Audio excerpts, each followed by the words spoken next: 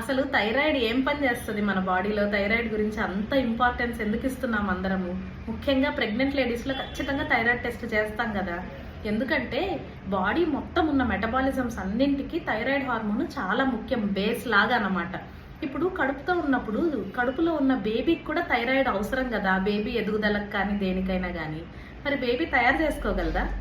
12 నుంచి 13 వారాల వయసున్న బేబీ, అంటే కడుపులో 3 నెలలు లేదా 4 నెలల పిండంగా ఎదిగే వరకు బేబీకి థైరాయిడ్ హార్మోన్ తయారు చేసుకునే శక్తి ఉండదు. ఆ తర్వాతే డెవలప్ అవుతుంది. అంతవరకు తల్లి నుంచే థైరాయిడ్ హార్మోన్ బిడ్డకి వెళ్ళాలన్నమాట. రక్తం ద్వారా, అంబిలికల్ కార్డు ద్వారా వెళ్తుంది. ఇంకో ముఖ్యమైన విషయం ఏంటంటే, ఒకసారి తయారు చేసుకోవడం మొదలు పెట్టిన తర్వాత కూడా బేబీ తల్లి నుంచి వచ్చే థైరాయిడ్ హార్మోన్ మీద ఒక 30 to 40% డిపెండ్ అయ్యే ఉంటుంది.